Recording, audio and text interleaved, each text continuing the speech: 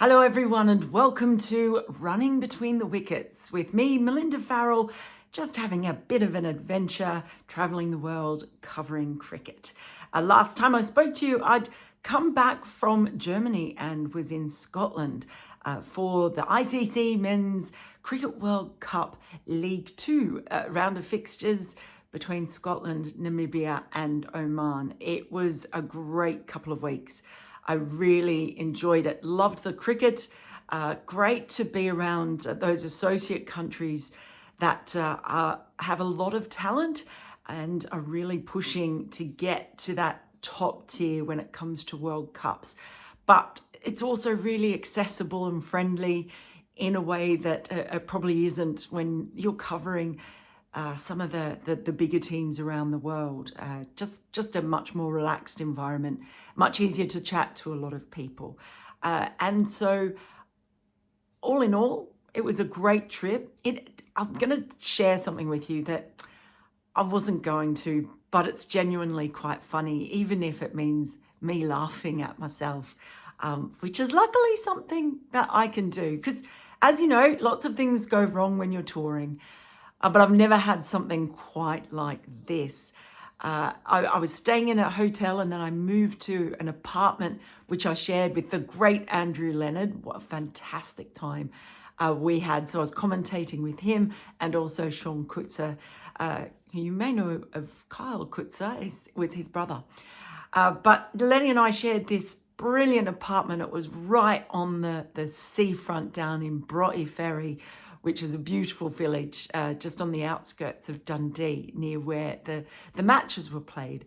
And honestly, it was on the beach and there was this amazing walk path. The beach was so wide and wonderful to walk on in the mornings. There was even a castle on the beach. So for this little Australian, I can tell you that was so exciting.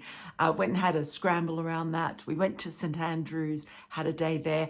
And then Lenny left because he had to go and commentate on the Ireland-Zimbabwe test.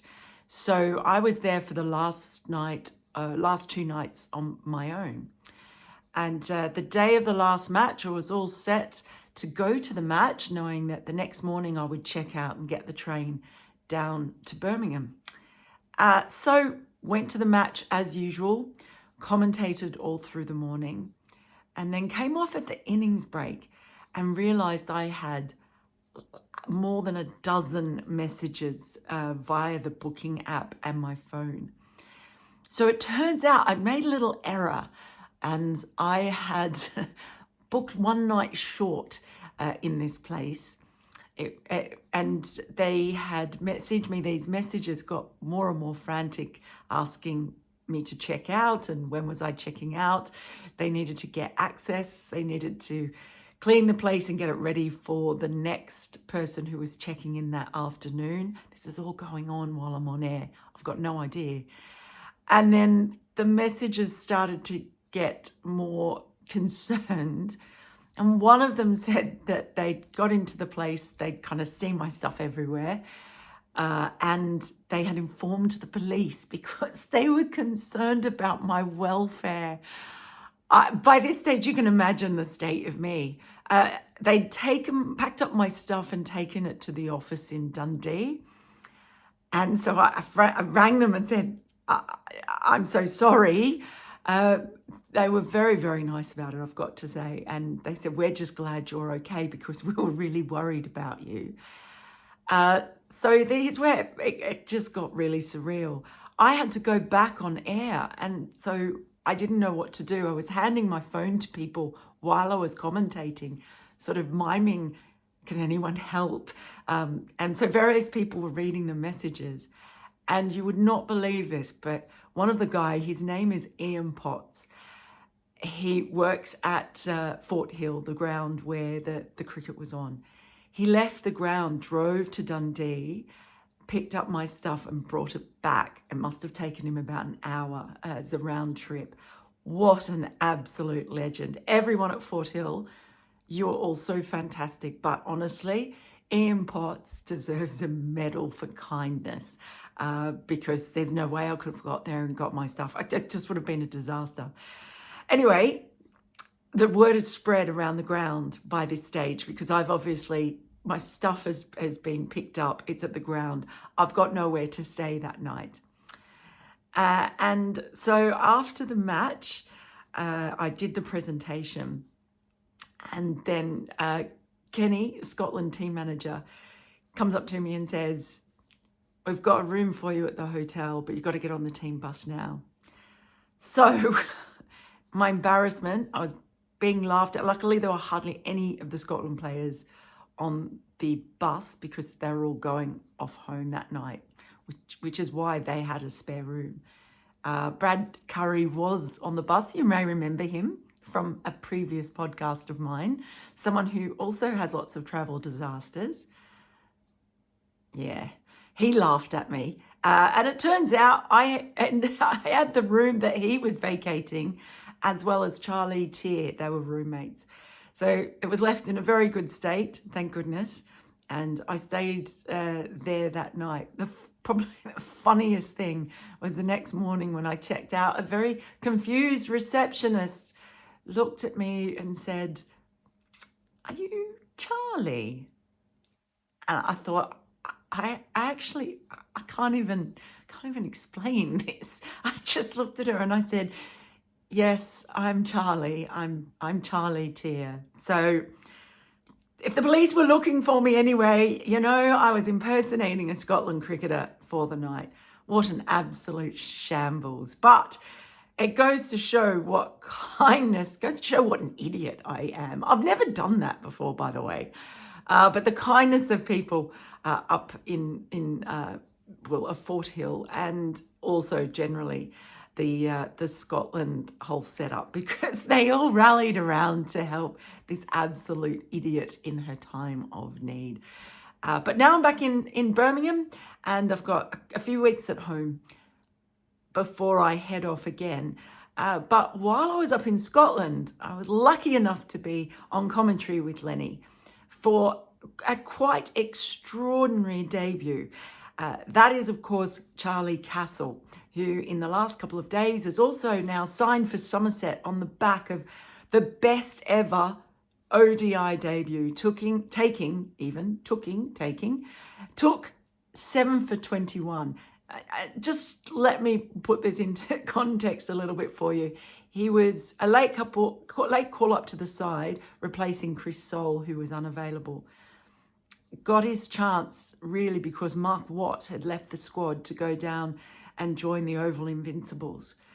He played club cricket at Fort Hill, so he was at home. They drafted him in. He took a wicket with his first ball. He took a wicket with his second ball. This is against Oman. Missed out on the hat trick, but bowled a triple wicket maiden in his first over in international cricket. In the second over, at one point, he was 4 for 4. And then it just kept going. He couldn't stop taking wickets. It really was an absolutely incredible day. And I was lucky to sit down and have a chat with him afterwards. So here is Charlie Cassell. Am I talking to you, or am I looking at the camera? A bit of both. It's just like it's a relaxed chat. Yeah. You can do whatever you like. You just took 7 for 21. True. Look wherever you want. That's what everyone's saying. I'm the boss now. You're the boss. Okay. Well, I really am quite excited about having my next guest on here today. Because, look, I've been lucky enough to have been at some great days of cricket that I know I will remember my whole life, whether it's 2019 World Cup, the Ashes, Headingley that year, Women's World Cup in Australia 2020, that final with Katy Perry. There have been loads. Remember the Name, all of those great days. And now, down as one of the great days that I've been able to be there for is going to be Scotland v Oman in the ICC Men's Cricket World Cup League 2 fixture at Fort Hill, when Charlie Cassell made his debut. Thanks for joining me. No worries. Thanks for having me. I'm honoured to be part of that list there. That is it. How many lists are you part of at the moment? Everyone's bringing out all of these incredible names from history. You're top of the list. Has it sunk in yet? Yeah, it has slowly. I'm just trying to enjoy the moment at the moment, so it's still really weird. It's still really weird to be on top of Rabada on a list. I think it's just absurd. It's cool though. It's cool. Is that the name? Because all of those names that were coming up from Chavindavas to all sorts. Is Rabada the one where you went? Rabada, yeah, and then to be up kind of just behind, Glenn McGrath as well is something pretty cool. You never think you'd be up even on a list with them, let alone, it's just weird. Well, you did. Was there any inkling? Did you feel particularly special the other morning before you played in that game and took 2 wickets with your first 2 balls, triple wicket maiden? You were 4 for none in your second over. Yeah, no, I didn't feel nervous actually at all before my first ball, which is surprising to be honest. But I think that's just being in the environment that I spend all my time in at the moment. So yeah, it was just an absurd over and 2 overs really. Just first 2 balls, obviously getting on the stumps and just hoping that it does a little bit, and it did. So the second one, was that your favourite? That second one was wicket? a good ball. Yeah, that was a good ball. That was a Jaffa. That was even if you do say so yourself, and you can say so yourself. That was my favourite. I've got to say, just a ridiculous ball that probably could have got any batter in the world out. But no, a lot of people have been asking me on social media, who are you, basically? Who is this guy who's suddenly come out of nowhere, it seems, to do it? So I kind of wanted to get a bit of background, because you were born in Scotland, weren't you? Yeah, I was born in Aberdeen in 1998, and then moved around the country a little bit, lived in Paris for a little bit. My younger brother's born over there, and then moved to Perth, Australia in 2005. And then lived all my school life then, up to 19, and then I moved over to Sydney. Yeah, and you were playing for Sydney Uni, is that right? Correct, yeah, Sydney Uni. So then 2018-19, and love it over there. Yeah, love the club. Great club. I've actually been contacted by Danny Saeed, who is a journalist in Australia, saying you were playing for Sydney Uni seconds before you came over for this season. A few ones games, and then mainly 2s, to be honest, easing back in after injury, but no, it's quite weird to be second grade. It's on the grade cricket as well, I'm pretty sure. They're talking that Sydney Uni second grade is harder than international cricket, so that's why it's something funny to laugh about, but no, yeah. So, I mean, over in Perth, you actually were playing in the same kind of age group as someone like a Cameron Green, Aaron Hardy, I think you said as well. Did you often sort of play against those guys? Yeah, so they're in the same year at school, in the same kind of tournament or the same kind of thing. So we were playing against each other since kind of the year 7 and 8s. And then when we played them in the district underage stuff as well. So we were playing quite a lot of cricket against each other. And we had quite a strong year group. There's a couple guys who, like Brad Hope, who's playing for Tasmania, in the same year group. And there's a few other guys who are, pushing that professional status over in Australia who were in my year group at school. So we had quite a strong competition over there. Was there anyone who stood out who you thought they were going to be an international cricketer, other than me, of course? Yeah. Cameron Green and Aaron Hardy were head and shoulders above everyone else from a young age. They were scoring hundreds in the first team in kind of year 8 and 9. So yeah, they were always going to be a standout. And whether Greenie, I think there's a toss-up between Greenie was either going to play AFL or cricket, I think, at one stage, because obviously heightened his coordination. But yeah, they were the 2 boys who were really good from a young age. Do you know what figures Cameron Green got when he made his ODI debut? Absolutely no idea. None for 27 or 4 overs. I'm just throwing that out there. Who was that against? India. Or tougher competition.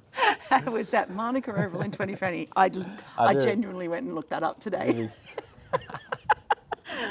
So you end up over there. How did you end up coming and playing cricket over here, back in the land of your birth? So it's kind of like around a bit before COVID, I was planning on coming over here.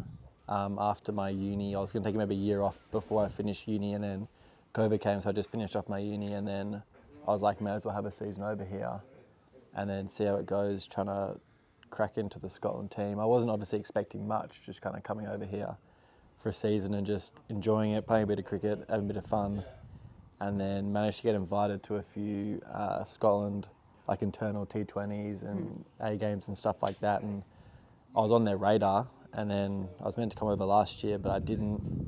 And I just thought I may as well have a crack at it while I've got the opportunity and obviously the ability to play for Scotland. So I thought, why not? Wasn't getting anywhere in Australia, so I may as well come somewhere else. Well, was that it? Did you have like your heart set on playing cricket professionally, but there weren't quite the opportunities in Australia? Pretty much, yeah. Yeah. The way that I bowl and the pace, I don't necessarily have the ability to get out of the surface in Australia. You know, I think you have to be a certain type of bowler to get something out of it in Australia, and I'm not necessarily that kind of bowler. Yeah. Much more a bit of nibble off the seam. You don't really get that as much on the flat decks over there. Definitely not as much, but you've found a place. Tell me about that year you spent out, because you've actually come back from a pretty serious injury. Mm-hmm. Yeah, so I severed my left patella tendon in a snowboarding accident in the start of last year. Spent quite a few weeks with a straight leg brace on, and then about 10, 11 months before I was back bowling at some capacity, and then kind of by the end of the year I was back to off the full run. But yeah, it was a long year last year. A lot of solo hours in the gym grinding away. Yeah. But no, it makes on Monday a lot more special because of how much hard work I've had to put in behind the scenes. I have to tell you something funny, because I did see that something that said you had played for Falkland, and I was thinking, he's played for the Falkland Islands. That's pretty random. But that was the other club that you played for here. Yeah, that would be weird, playing for Falkland Islands. That would be absurd. But yeah, played at Falkland. 2 years ago. I had a connection. Ian Moran was a Sydney uni boy and actually played for Scotland as well. And he put me in touch with a couple of the boys from Falkland, and he had a great time over there. So I thought it's a great opportunity to just get straight into the Scotland setup. Yeah. All Scotland competition. You were a really late call up to this because Chris Soul was unavailable. Who told you were in, and how much notice did you get? I got told the day after the second Scotland A game, so 2 Saturdays ago now. Snelly called me on Saturday morning before the warm-up, before we played Arbroath here. So I was a bit head in the clouds a bit for that game. It was just, it was a weird feeling, all the boys obviously getting around me heaps. But yeah, I had a bit of time to think about it, but it was a bit of a rush job, I think, from behind the scenes, getting kit and helmets organised and hats and caps and stuff like that. So if you look at my number and my name, it's all actually different font and colour than everyone else's. So mine's a bit more slightly purple and the numbers are a bit different. So it was really, yeah, oh wow. Literally a last minute job. Yeah, and not much time to prepare, but I just went brilliantly. Your cap was presented to by Michael Leask, your teammate. He's quite loud, isn't he? Do you know, I actually messaged him before because I was trying to find out stuff about you, and it was not easy. Yeah. And I said, "Can you tell me anything about him?" What did he said? I said you had really good skills, that you were more nip than swing, and backed very nicely as well. Very nicely. So I'm a compliment for Leask. Wow. Yeah, it was really nice to have him giving my cap. We're pretty good mates. So you're right, he does talk absolute nonsense pretty much all the time, but when he does actually occasionally say something a bit valuable. So you got to listen to him. But no, he's easy to wind up and he's great fun to have on a team. And he's obviously a very talented cricketer. One of the amazing things was seeing you back here yesterday for the Namibia-Oman game, because you were back at your day job, which is as an assistant on the ground staff here, and you're there pulling out the covers and on the tractor and everything else. That is quite amazing. How long have you been doing that here? Since the start of the season, so that was part of my agreement coming over. They were going to give me proper hours and pay me properly to work on the grounds up here, and I did some of the grounds at Falkland as well a couple of years ago, and I quite enjoyed it. And to do it out here, it's pretty fun and nice. Obviously, a beautiful area to do it. And yeah, I was back on it the day after as well. After my interview with BBC, I was back on the roller and the mower. Did any of your groundskeeping colleagues give you a bit of stick? Like, yeah, took your wickets, mate. Now get back on the tractor. Yeah, well, I rocked up I think about 9:30, and they're like, "Oh, is it a bit late for you now?" Like, that's incredible. Taking the mick. That's incredible. So it brings to mind the stories of Nathan Lyon, of course. Famously was on the ground staff at Manuka Oval, and then over in Adelaide. But for you, like, has it helped you at all, having a little bit of knowledge about maybe how these hybrid wickets, because that's what we've got behind us here at Fort Hill? A little bit. I think not necessarily rolling the wickets and preparing them gives me much of an advantage. I think playing on them does. Having played on them, obviously the 2A games and then a couple of games before that and the old hybrid wickets, you get a feel of where you need to pitch the ball and what the wicket does, particularly when you're bowling and batting. So I think that gives me an advantage as opposed to just rolling the wickets and making it, because they're actually really quite hard, the wickets, so you wouldn't necessarily think that it would be nibbling about as much, but because they're hybrid, they have the little artificial grasses which I think help with the lateral movement. But no, I think it's just, playing on them helps you more than rolling on them. The reaction, suddenly there are websites all over the world doing 5 interesting facts about Charlie Cassell. It's gone crazy. What's been the most surreal part of the reaction? A lot of messages. That wasn't necessarily surprising. A lot of messages from people that I haven't spoken to in a while, or like since leaving school, people messaging me from school who I haven't spoken to for 8 years or something, and messaging me. They all want a bit of Cassell now. Yeah, or old teammates and stuff like that, which is obviously really nice, but it's just a bit, it's just weird getting all these messages from random people around the world as well. Obviously my message request inbox is quite large as well from people over the world congratulating me and stuff like that, and quite a few more followers as well on Instagram. Right, yeah, of course. You'll get a fair bit of that. And I guess as well, when you look at that first couple of overs, when you got that first wicket, that was incredible just as a moment in itself. I think Michael English told me that he came on with the drinks after the wicket and said to you, "Mate, enjoy this because it doesn't get any better than this." And you took a wicket with your next ball. And Michael Leaska's just walking past us now, giving us very strange looks. Your teammate did all right, hey? Seen him do better, he says as he walks past. I'd hate to think what you did if you did better. But yeah, he says it doesn't get any better than this. The next thing, you've got another one and then another one. What was that? What were the other guys saying to you when you were out in the middle? Well, before my first ball, Jarvo was just like, Jack Jarvis was like, "I reckon you're on for your first ball here." And I was like, "Oh, I'll see what I can do, get in the right spot." And then it happened to bowl or LBW, so it's all weird. I noticed this. They're all going past. Richie Berrington's just gone past now, keeping an eye on his latest charge. So Jack Jarvis. Yeah, he said, "I reckon you're on for your first ball here," and then before you know what it was, and then I think Michael said that as well. I think he came on and said, "We thought you were going to get one for your first ball." It's still weird to think about. That's my first ball in international cricket, but then 2 in 2. Yeah. What were you thinking about the hat trick ball? The same thing, just at the stumps. At the stumps, you're in for a good chance of getting something, just slightly away, but. The fourth ball got him anyway, so. Yeah, I know. It was just absolutely insane. So where do you go from here? What are your thoughts on, what would you like to do? I know a few people have sort of said, well, Australia's coming over in a couple of months' time. That'd be the dream, wouldn't it? That'd be really cool. That'd be something that you just wouldn't even think about being involved in that tournament, that three tri-series, those games, but that would be sick to play in that at the Grange. Big crowd. I know a few of my mates are playing down in England and around the world, so they would probably come over and have a day of it or something, I think. But no, that would be ridiculous, I think. Yeah. Something that I really want to do. But no, I think at the moment it's just trying to keep getting as many wickets as I can, keep pushing my name forward, trying to get as many games as I can, and then see what happens. And what's it like playing cricket here as opposed to in Australia, the differences? I mean, obviously, the standard of grade cricket in Sydney is very high. Yeah. But what's been the difference? The standard's definitely different.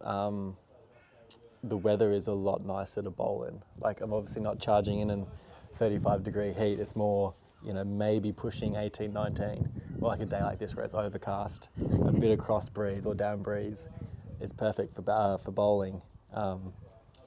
And the balls are a lot different as well that we use in the EPL stuff, so they don't help as much. But in terms of like the standard, it's still pretty good. Like, it obviously isn't compared to Australia in first grade and stuff like that, but you've still got world-class players who are playing against you. Like, they may not have the depth as Australia does, but in terms of world-class players, they definitely are up there, some teams, definitely. And your introduction to this whole associate world, because I know for me, this has been my first summer sort of coming around and doing stuff. It's, all the games mean so much more in a sense, don't they? Because you have a lot of, I guess, not meaningless, but no context internationals and everything else. Where has that sort of come through to you as well, and the fact that you're always playing for points and survival? Yeah, because you obviously don't get that many games over the calendar year. Yeah, every game is important. It's not necessarily stressed upon. It's not like we have to win this game. It's more just like, let's just do our best, nail our skills and stuff like that. And usually if you do that, we'll beat most of these associate nations, if not all of them. And then, as we saw in the World Cup, push against Australia and England in the big boys. So, yeah. As it opened up, these guys obviously have just come back from the T20 World Cup. Knowing that you could be that much closer to actually playing on the big stage, does that mean you're likely to put everything in here with Scotland? Yeah, I think so, absolutely. Like, it's one of those things, like, it'd be rude not to, like, I'm in this it'd be rude not to play for Scotland. I'm in this position, so yeah, I may as well make the most of it. Yeah. I think if I didn't, I'd regret it. Well, it's been a good start. I hope it gets better from here. I don't know how it gets better from here. I agree, but I'll just keep trying to get wickets and see what happens. Well, I can't wait. And forever, I will never forget that day, because it was just a wild day to be here and part of that. So just really look forward to seeing what you do next. Thank you. Thanks, Mel. What an absolutely fantastic story that is. And I was just so happy to be able to catch up with him right on the spot where it all happened to. I've had a load of questions from you guys since the last episode went up. I don't think I'm going to be able to get to all of them because I don't want this to go too long, but I am going to go through some of them. So thank you all so much for sending them in. I really, really appreciate it. It means a lot to me. And I am going to try and get to all of them at some point. So do keep sending them in. Use the hashtag Running Between the Wickets because it does make it so much easier to find them and collate them. And you can send them in as either a comment on the below down there if you're watching on YouTube, or if you can tweet me as well, or send me a DM on Instagram. They are open only for good stuff, okay? Don't send me weird stuff on Instagram DMs because I get enough of that already. Anyway, first question via Twitter from Saga. Saga. I'm going to say Saga because I don't want to mispronounce your surname. Just wondering which three teams you think will be at the top of the table at the end of Cricket World Cup League 2. Also, where do you see Nepal cricket in the next 5 years? It's a really hard one. I tell you what, I absolutely love the whole League 2 stuff. It is so great, and it makes me so sad that the next one up, when they had the Super League at the next level between all the 4 member nations, it makes me really sad that kind of has disappeared. And I know that there are calls to bring it back. I would love to see it come back because this league over 2.5 years is just fascinating to watch. The way that all the teams play in so many different conditions over such a long period of time, it really does, I think, mean that you are going to see the best all-round teams emerge. But they're going to have to be really good in all conditions because, well, we just saw Scotland were only prevented from wiping out every other team pretty much by rain. you imagine, hopefully, although Scotland have been duffed by the weather before, you hope that those weather sort of things will actually, disruptions will kind of even out over a period of 2.5 years. So coming off that, I still think Scotland and Netherlands are the two best associate teams overall. And other than that, I find it really hard. I think Nepal is a real contender for that. Namibia, they've got some issues with depth. Oman, they are an aging team, and I'm not sure where they're going to get new players or when they're going to start blooding new players, where that talent comes around. Having said that, they were playing in Scotland. That's not really Oman's wheelhouse of conditions. But I do just think, USA haven't played any games yet. And so many of their players have got some incredible experience in the past few months. I don't count them out of anything. Similarly, Canada. So I do find it really difficult to actually pick a top three. I suspect Netherlands and Scotland will be there, but I can't even say that with any real deep conviction and confidence, because I just think that league is so close. It's great. Keep across it and watch it, because honestly, there's some great, really entertaining cricket, and also it's just a fascinating league. I wish we had that. I wish we had that kind of context and every game mattering in other parts of the game as well. Armchair Critic asks, is Scotland doing enough to get test status? If so, will the other members vote in favour and allocate the required funds?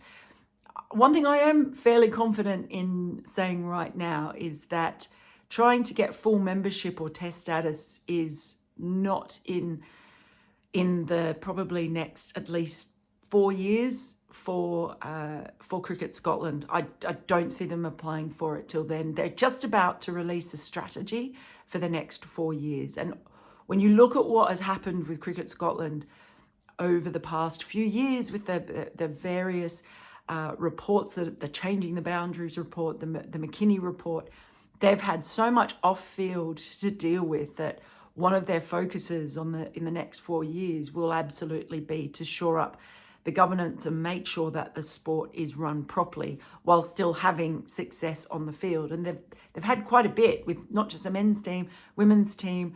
They've qualified for the under-19s Women's World Cup as well. There's a lot of good things happening in cricket in Scotland, but they've also got a lot to deal with that stems from what's happened in the past and also what's come through these reports, and that's still going on. So I think for Cricket Scotland, it's going to be very much a let's get our house in order. And then once they feel that they've got their house in order, then they can look ahead. That yes, they would get more funding if they became a full member.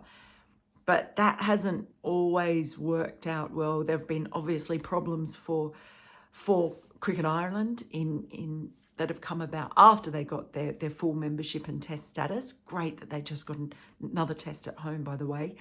But there are issues with that, and I think that Cricket Scotland are going to want to make sure that they've got the foundation that can sustain something if they do apply for full membership. So that's where I think things will stay at the moment.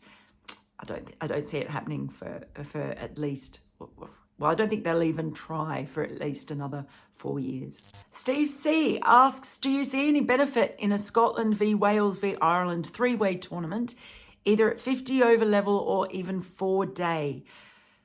I'd see a lot of benefit in any kind of associate cricket that sees team getting more cricket. I think you could also bring in Netherlands into that. And I think that there could be, there's an attempt certainly to get more coordination between Ireland, Scotland and Netherlands in particular in trying to get more cricket off the back of England summers.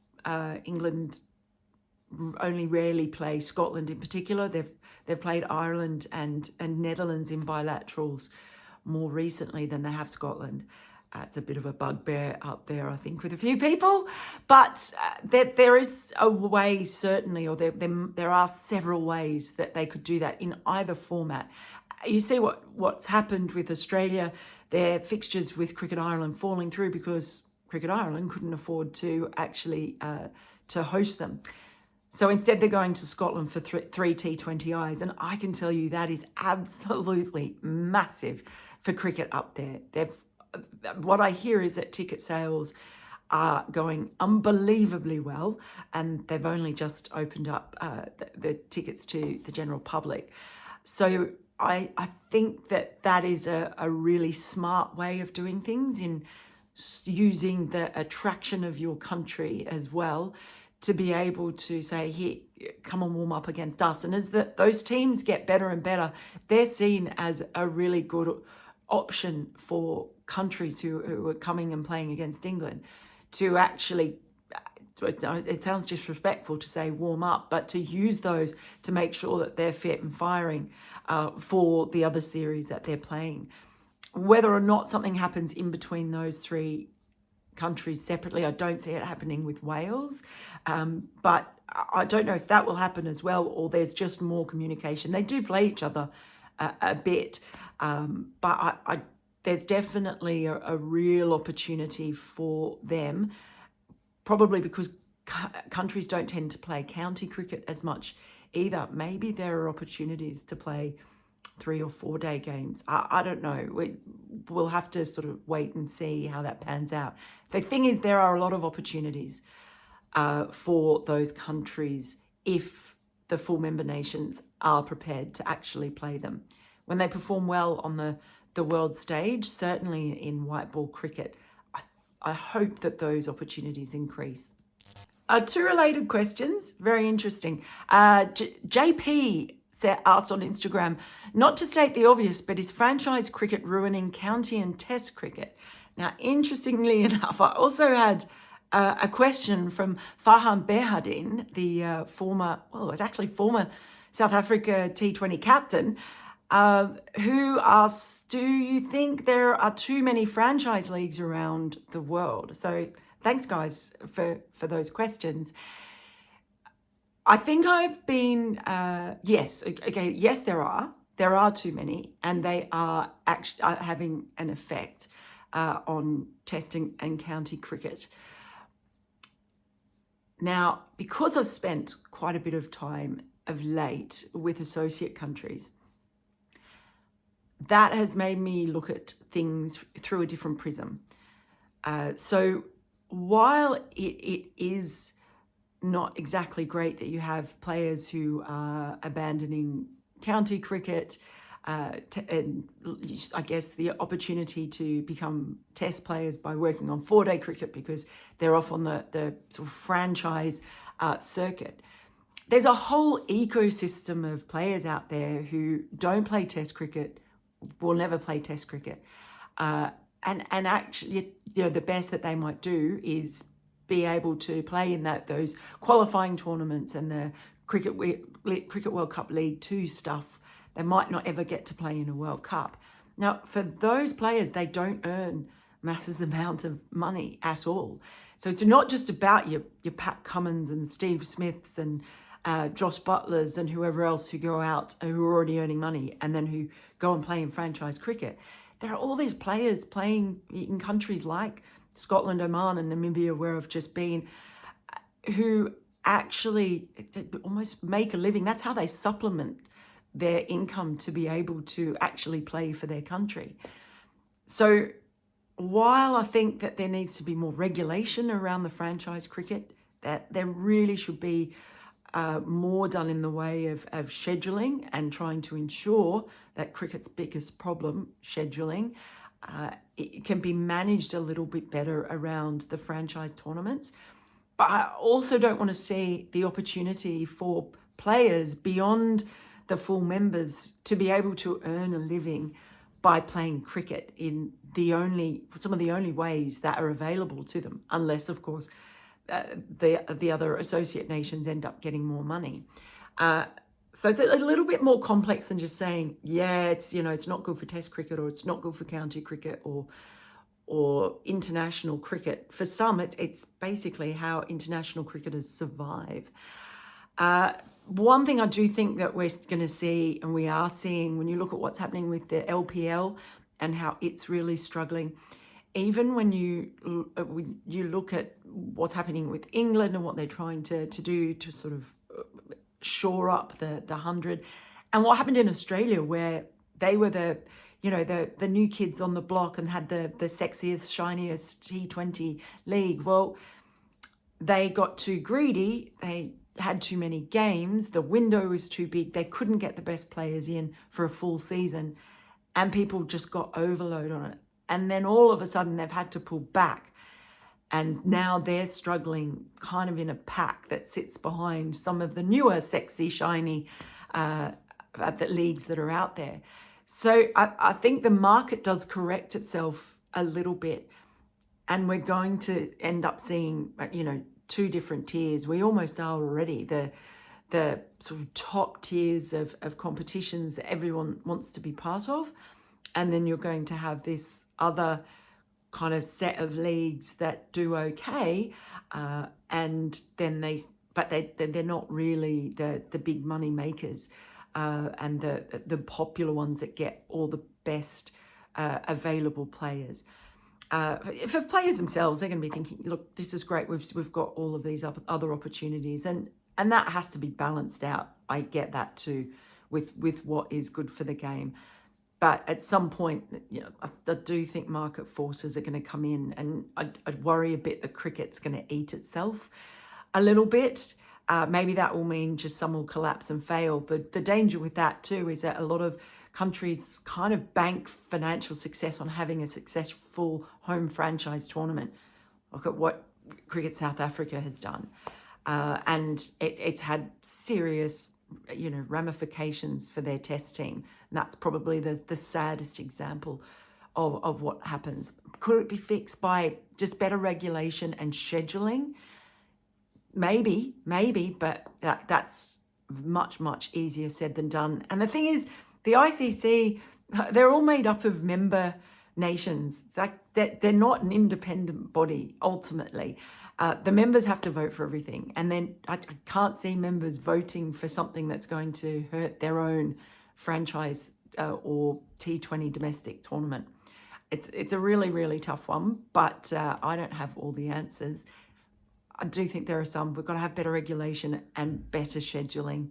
Maybe Pakistan are onto something, as ridiculous it seems, where they started limiting the number of tournaments that their players could appear in. You obviously couldn't do that with associate nations, but maybe a limit of NOCs. Maybe that's something that cricket might end up looking at as well. And I am going to finish with a question from Sridharan, because he has asked me on every single platform that I think I exist on. So he really wants me to answer this.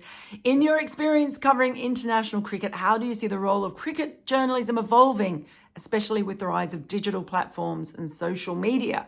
There are a lot of questions in here. I don't know if I can get through all of it. What challenges and opportunities does this present for journalists? And I know you were in Bengaluru for the ICC Men's Cricket World Cup last November and visited Cubbon Park. A glorious chance missed by me to meet my favourite cricket journalist.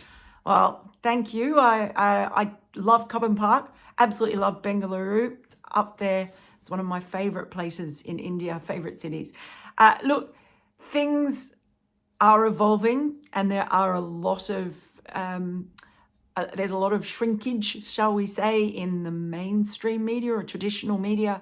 There are a lot of really good journalists who have lost their job. There are newspapers in this country where I am now, England, are actually just cutting the role of cricket correspondent. And this has been the country that has traditionally given cricket so much love, especially when travelling overseas. So there have been some brilliant journalists who suddenly are finding themselves without work. That's really depressing. There are other areas that are certainly opening up. But, it's tough. At the T20 World Cup, there was one point at one match where I was the only journalist in the press box, and this was a Super 8s match as well. There might have been one other. I think there might have been one local guy. This was in Antigua, but I didn't actually know him. But he might have been local. So I was certainly the only travelling journalist, and lots in press conferences where it was just me asking questions, or maybe one other person.